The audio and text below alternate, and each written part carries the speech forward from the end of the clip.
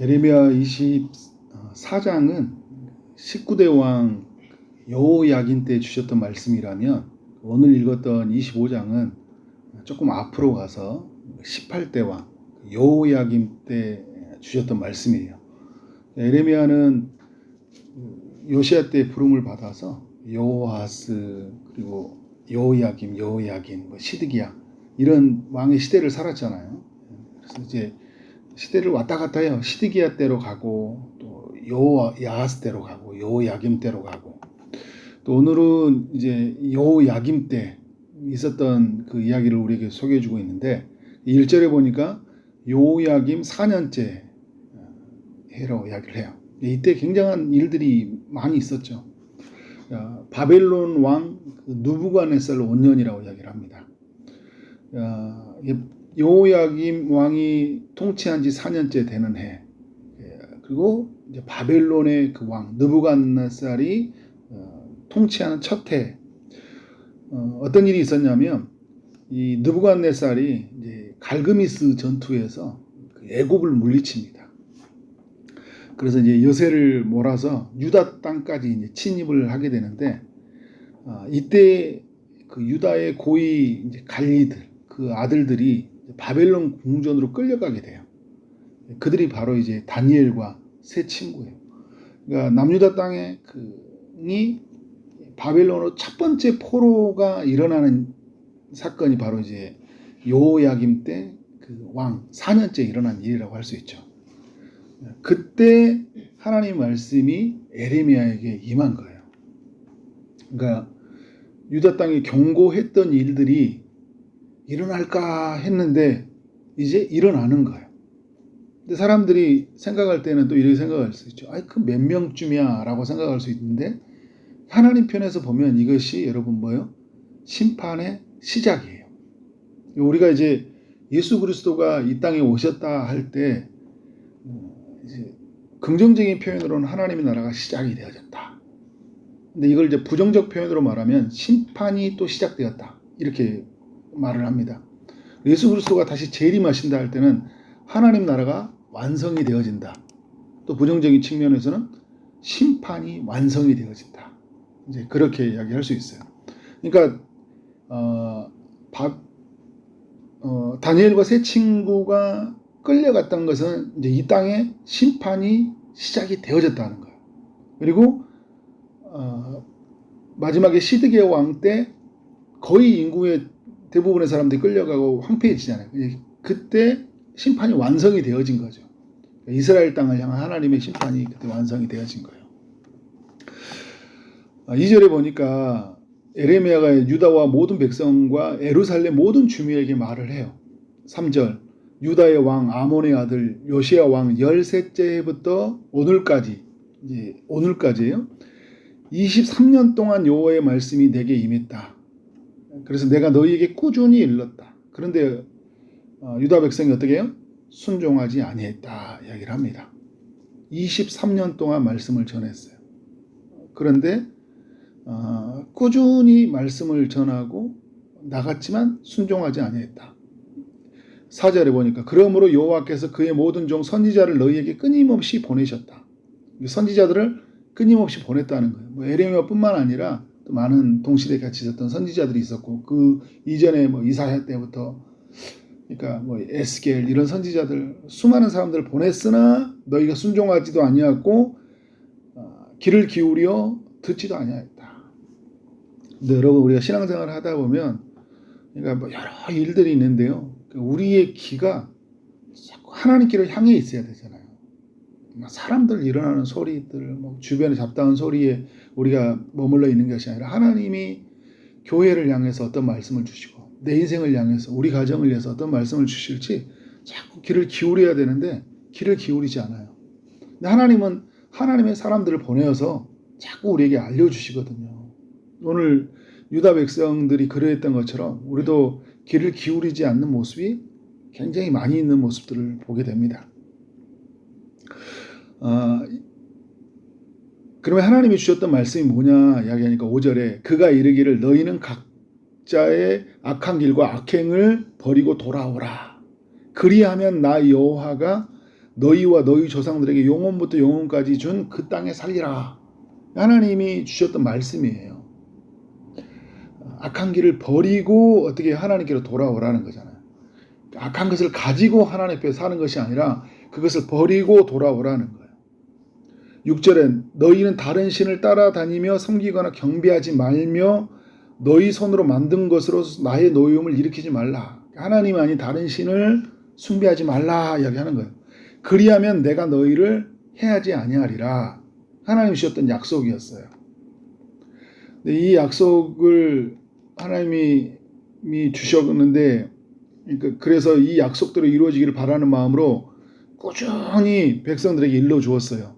요시아 왕의 부름을 받을 때부터 지금 다니엘과 세 친구들, 아이들이, 고관들이, 자녀들이 끌려가기 전까지 23년 동안 꾸준히 말씀을 전했는데도 불구하고 어떻게 했어요? 7절에 보니까 너희가 내 말을 순종하지 않았다. 그래서 이런 결과를 너희가 맞이했다라고 이야기하고 있어요. 너희 손으로 만든 것으로서 나의 노움을 일으켰다. 스스로 해야했다. 이런 이야기를 하고 있습니다. 그리고 8절도 어떤 이야기를 합니까? 너희가 내 말을 듣지 아니하였다. 그래서 여러분, 이 유다 백성들 안에서 이 불순종이 가져오는 하나님의 말씀을 따라 살지 못하는 그 결과가 뭐였습니까, 여러분? 하나님의 징계를 만나게 된 거죠. 오늘 여러분 25장은 남유다 백성들만의 징계를 말하지 않아요. 이들을 징계의 도구로 삼았던 바벨론의 죄도 물으고요. 열방이 지은 죄에 대해서도 하나님 물어요. 여러 나라, 모압과 암몬 여러 나라들이 있죠.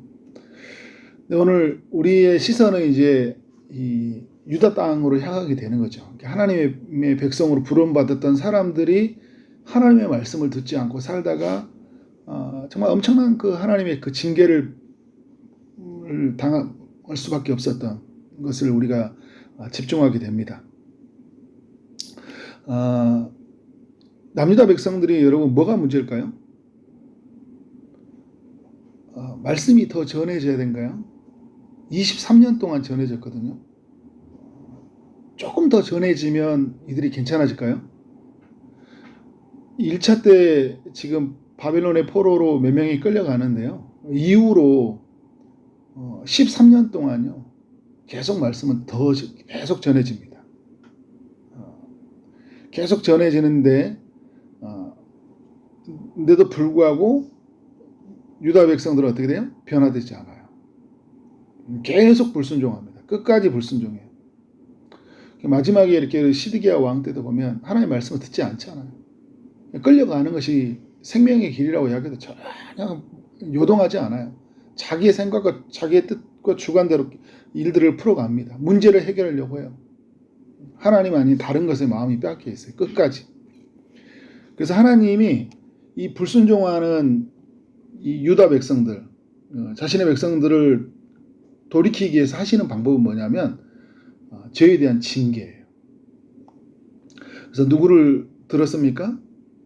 바벨론 왕 느부갓네살을 들어서 유다와 예루살렘 주민을 징계했다. 이제 9절의 말씀을 보면 이렇잖아요. 보라, 내가 북쪽 모든 종족과 내 종 바벨론 왕 느부갓네살을 불러다가 이 땅과 그 주민과 사방 모든 나라를 진멸했다. 놀래움과 비웃음거리가 되게 했다. 모든 소리가 사라졌죠. 즐거워하는 소리, 기뻐하는 소리, 그 빛이 사라졌죠. 등불붙이 꺼졌다. 폐허가 되었습니다. 이 하나님이 하시는 일이에요. 70년 동안이라는 그 시간 동안 바벨론의 포로로 살게 하셨어요. 예, 하나님이 그 불순종하는 사람들을 고쳐가시기에 위한 하나님의 방법이에요. 이 징계는. 그런데 여러분, 하나님은 이걸로만 하시는 게 아니죠. 하나님 하시는 일은 두 번째가 뭐예요? 그 징계를 통해 하나님은 새롭게 하셔요. 70년이라는 그 시간, 모든 것이 황폐해지고 무너지는 시간에 하나님이 하시는 뭐냐면 그들을 새롭게 하시는 일을 하는 거죠. 그 새로운 마음으로 하나님 부어주셔요. 어제도 말씀을 나눴던 것처럼 24장에 나눴던 것처럼 하나님께서 그들을 여호와를 내가 여호와인 줄 아는 마음을 하나님이 주신다고 그랬죠. 24장 7절에서. 하나님이 여호와구나. 이 세상의 통치자. 오직 유일하신 분은 하나님이시구나라는 마음이 그들 안에 생겨난다는 거예요. 그래서 그들이 전심으로 내게 돌아온다. 그러니까 유다 땅으로만 돌아오는 것이 아니라 마음이 하나님께로 돌아온다는 거예요. 근데 이렇게 돌아오게끔 하나님이 하시는 일이 뭐냐면 하시기 위해서 하나님이 죄에 대한 징계를 하시고 그 징계를 하시는 동안 하나님이 그들의 마음을 새롭게 한다는 거예요. 마음을 새롭게 하는 거예요. 그래서 에레미야, 에스겔서에서 계속 말했다.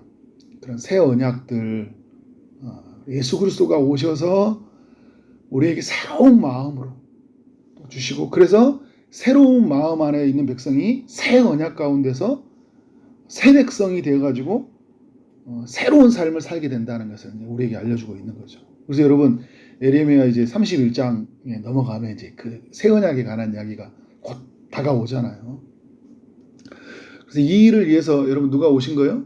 예수 그리스도가 오신 거잖아요. 그래서 우리는 에레미야의 성경을 보면서 누구를 바라보고 있어야 돼요?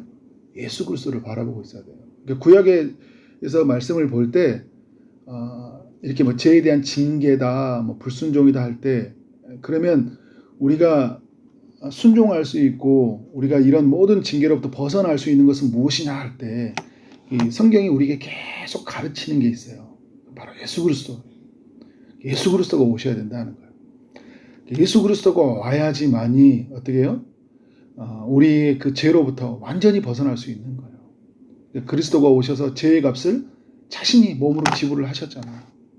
그리고 자신을 믿는 자들에게 성령을 보내셔서 우리 마음 안에 거하게 하심으로 말미암아 우리에게 있는 굳어져 있는 마음을 부드럽게 하시는 일이에요. 예수 그리스도가 하시는 일이죠. 그때 우리에게 어떤 일이 일어나는 겁니까, 여러분? 우리 안에서 온전한 치유가 일어나는 거예요. 오늘 우리에게 좀 더 쉽게 이야기해 본다면, 우리가 여러분 예수를 믿지만 예수 안에서 사는 것보다 세상에서 사는 것을 더 기쁨으로 여겨서 하나님의 뜻에 불순종하고 살 때가 있어요. 그때 우리가 하나님에 대한 징계를 만나게 되는 거죠. 우리 하나님의 자녀이니까 돌이키기 위해서 하나님이 우리를 징계를 하실 때가 있어요. 또 코로나가 또 어떻게 보면 하나님의 징계 가운데 하나일 수 있다. 많은 사람들이 이야기를 하는 거잖아요. 근데 우리가 징계를 만나는데 그런 징계로 끝나버릴 수가 있어요. 무슨 말이냐면 그냥 이렇게 그래 우리가 죄를 졌어. 우리가 죄 때문에 이런 일이 일어난 거지. 그래 이 시간 지나면 또 괜찮아지겠지. 이렇게 살 수 있다는 거예요. 근데 여러분, 우리가 죄에 대한 그런 하나님의 엄한 그런 심판들, 이 땅을 향한 하나님의 그런 진노를 만나게 될 때 우리 마음이 더욱 새로워져야 되잖아요. 다시 불순종하는 삶이 아니라 이제 우리의 삶이 어떻게 돼요? 순종하는 삶으로 나아가잖아요. 죄에 대한 모드에서 정말 하나님이 그 의로움의 모드로 살아가야 되는 삶의 계기가 마련돼야 되는 거예요. 그러니까 예를 들어서 여러분, 이 코로나라는 이런 시간이 지났을 때 더욱 우리의 마음이 새로워져야 된다는 거예요. 이런 시간들이 믿음의 백성들이 더욱 성장해야 돼요. 사람들이 어떻게 돼요? 더욱 믿음이 약화됐다는 건 뭐예요? 이런 시간에 우리가 주님을 만나지 못하고 있다는 거예요. 징계를 당하고 있지만 주님을 만나지 못하고 있는 거예요. 그래서 그런 징계의 순간에 예수를 깊이 만나는 것 너무 중요합니다. 그래야지 여러분 우리는 다시 불순종하는 삶으로 살지 않게 되는 거예요. 예수님을 만나지 않으면요, 우리는요 23년의 말씀을 듣고요 13년의 말씀을 더 들어도 변화되지 않은 이스라엘과 같이 살 수 있어요. 그러니까 우리가 신앙생활 막 하고 하기는 해요. 성경도 읽고 그 다음에 하기도 하는데 우리의 삶에 변화가 일어나지 않아요. 그래서 이런 시간들을 통해서 하나님은 아들 예수를 깊이 만나는 거예요. 그래서 우리의 죄값을 대신 지불하신 예수님, 우리의 마음을 새롭게 하신 예수님으로 말미암아 우리의 마음이 어떻게 돼요? 새 마음 안에서 그런 새로운 삶을 따라서 그렇게 즐거움으로 하나님 앞에 이제 어떻게 돼요? 순종하는 삶으로 나가야 된다. 다시 이전에 그 불순종하는 삶의 방식이 아니라 순종하는 삶의 방식이어야 되잖아요. 예수 믿기 전에는 오늘 9절 뭐야 13절 이후로부터 말했던 뭐 바벨론과 여러 심판의 사람들이 모습들을 소개하잖아요. 그 진노의 잔을 받은 사람들. 우리 예수 믿기 전에는 우리가 하나님 앞에 죄를 지음으로 말미암아 하나님의 진노의 진 안에 있었잖아요. 그런데 예수 그리스도가 오셔서 진노의 잔을 우리를 대신하여서 마셨거든요. 진노를 대신 당하셨어요. 우리의 불순종에 대한 대가를 주님이 대신 지불해 주셨다는 거예요. 근데 이제 우리 예수 믿는 우리가 어떻게 돼요? 다시 불순종하는 삶으로 살아서는 안 되는 거잖아요. 예수를 믿는데 내가 불순종하는 삶을 산다는 건 뭐냐면 내가 예수와 함께 살지 않는다는 거예요. 참 구원으로서 예수를 믿는 거고 죽을 때 내가 예수 믿는 믿음으로 천국 간다는 이 생각으로 살지 살아가는 동안에 예수와 함께 살지 않는 거예요. 그러니까 자꾸 어떤 모드로 살아가는 거예요? 불순종하는 모드로 살아가는 거예요. 그런 면에서 우리 모든 믿음의 사람들은 정말 하나님의 아들 예수 그리스도로 말미암아 마음이 새로워져서 온전한 순종으로 살아가야 된다. 그런 삶으로 살아가는 오늘 하루 평생의 삶이 되어지기를 주님의 이름으로 축원합니다. 네, 기도하도록 하겠습니다. 하나님 아버지, 예레미야 25장의 말씀을 통해 우리로 하여금 교훈해 주셔서 감사합니다. 23년 동안 꾸준히 말씀이 전해졌지만 순종하지 아니했던 유다 백성들처럼 우리도 말씀이 전해졌지만 순종하지 아니할 때가 있음을 고백합니다. 선지자를 끊임없이 보냈지만 순종하지 아니하고 귀를 기울이지 아니했던 유다 백성들처럼 하나님의 사람들을 보냈지만 하나님 말씀에 귀를 기울이지 아니하고 살아갔던 모습이 있음을 고백합니다. 주님, 오늘 우리에게 예수 그리스도가 오셔서 우리 돌처럼 굳어져 있는 마음을 새롭게 해주심을 믿습니다. 예수 그리스도로 말미암아 이제 우리가 불순종하는 삶의 모두에서 순종하는 삶으로 이루어졌음을 믿습니다. 하나님, 이것이 우리에게 복음이 되어서 살아갈 수 있도록 인도하여 주옵소서. 이전에 살아갔던 삶의 방식처럼 불순종하고 말씀을 기울이지 못하고 하나님의 진노의 잔 안에 살아갔던 삶의 방식이 아니라 우리의 모든 진노의 잔을 대신 마신 예수 그리스도를 의지하여서 그분의 공로를 감격하는 마음을 따라 하나님 죄의 삶이 아니라 하나님 은혜를 따라 살아가는 삶이 우리 가운데 이루어지게 하여 주옵소서. 새로워진 마음으로 새로운 삶을 살아가는 그런 새 영 가운데 살아가는 그런 우리 모두가 되도록 주님께서 함께하여 주옵소서. 오늘도 주의 응답을 기다리는 일이 있습니다. 특별히 아픔 중에 이들에게 치료의 광선을 비춰 주옵소서. 취업을 준비하는 이들, 결혼을 준비하고 임신을 준비하고 출산을 준비하고 시험을 준비하는 모든 이들에게도 은혜를 베풀어 주옵소서. 오늘 하루 만나는 모든 사람들에게 주의 사랑이 흘러가기를 소원하고 예수 그리스도 이름으로 기도를 쌓옵나이다. 아멘.